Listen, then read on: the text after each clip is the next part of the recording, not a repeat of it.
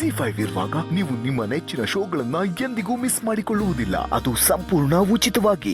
ಇಲ್ಲ ಅತ್ತೆ, ಪದ್ಮ ಅವ್ರಿಗೆ ನಮ್ಮನೆ ಅವರಿಂದ ಅನ್ಯಾಯ ಆಗಿದೆ.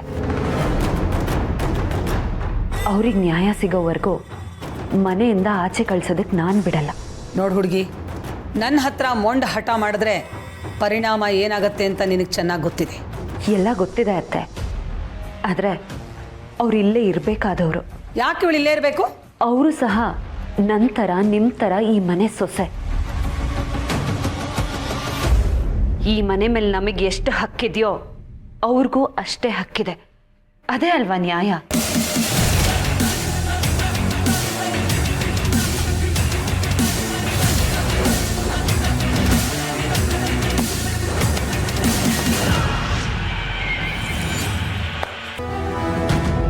ಆ ಹುಡುಗಿಗೆ ಗೊತ್ತಾಗುವಷ್ಟು ಸೂಕ್ಷ್ಮನೂ ನಿನಗೆ ಗೊತ್ತಿಲ್ವಲ್ಲ ಸೀತಾ.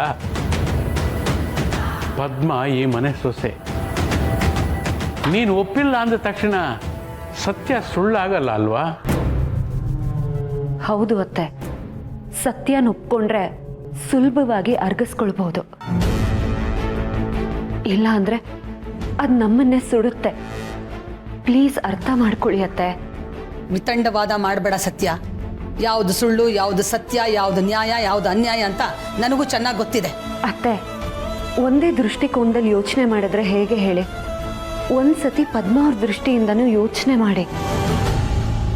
ಸತ್ಯ ಅವರೇ, ಪ್ಲೀಸ್ ನನ್ನಿಂದಾಗಿ ನೀವು ನಿಮ್ಮ ಅತ್ತೆ ಹತ್ರ ನಿಷ್ಠೂರ ಆಗಬೇಡಿ. ಇಲ್ಲ ಪದ್ಮ ಅವರೇ, ಕೋಟೆ ಮನೆಗೆ ಒಂದು ಹೆಣ್ಣಿನ ಕಣ್ಣೀರಿನ ಶಾಪ ತಟ್ಟೋದು ಬೇಡ. ನೀವಿಲ್ಲೇ ಇರಬೇಕು. ನಿಮಗೆ ಸಿಗ್ಬೇಕಾದ ನ್ಯಾಯ ಸಿಗಬೇಕು.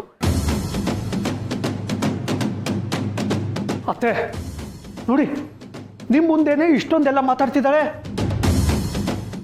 ಇವಳಿಗೆ ಇಷ್ಟೊಂದು ಸಪೋರ್ಟ್ ಮಾಡಲಿಲ್ಲ ಅಂದಿದ್ರೆ ಈ ಪದ್ಮ ನಮ್ಮ ಮನೇಲಿ ಇಷ್ಟೊಂದು ಮೆರಿತಾನೆ ಇರಲಿಲ್ಲ. ಮೊದಲು ಈ ಸತ್ಯನ ವಿಚಾರಿಸಿ, ಆಮೇಲೆ ಎಲ್ಲ ಸರಿ ಹೋಗುತ್ತೆ. ಓ, ನೀನು ಈ ರೀತಿ ಹೋಗ್ತಾ ಇದೀಯಾ? ಹಾಗಾದರೆ ಸರಿಯಾಗಿ ಕೇಳಿಸ್ಕೊ.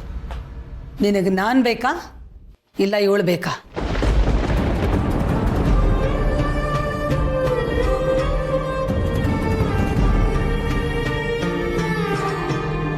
ನನ್ನ ಆಯ್ಕೆ ಯಾವತ್ತಿದ್ರು ನೀವೇ. ತಾಯಿನ ಯಾವತ್ತಾದ್ರೂ ಮಗು ಬಿಟ್ಕೊಡುತ್ತಾ ಅತ್ತೆ. ಆದರೆ ಈ ವಿಷಯದಲ್ಲಿ ನಾನು ನ್ಯಾಯದ ಪರ. ನ್ಯಾಯ? ಯಾವ ನ್ಯಾಯ? ನಿನಗನಿಸಿದ ನ್ಯಾಯ ಎಲ್ರಿಗೂ ಅನಿಸ್ಬೇಕು ಅಂತ ಏನಿಲ್ಲ ಇಲ್ಲಿ. ನ್ಯಾಯದ ಬಗ್ಗೆ ನನಗೆ ಹೇಳಕ್ ಬರಬೇಡ. ಅತ್ತೆ, ನಿಮ್ಮ ಕೋಪ ನನಗೆ ಅರ್ಥ ಆಗತ್ತೆ. ಆದರೆ ಚಿಕ್ಕತ್ತಿಗೆ ವಿಷಯ ಗೊತ್ತಾದ್ರೆ ಆಗೋ ಪರಿಣಾಮದ ಬಗ್ಗೆ ಯೋಚನೆ ಮಾಡಿ. ಪ್ಲೀಸ್ ಈ ವಿಷಯನಿಲ್ಲೇ ಬಿಟ್ಬಿಡಿ ಅತ್ತೆ, ಪ್ಲೀಸ್.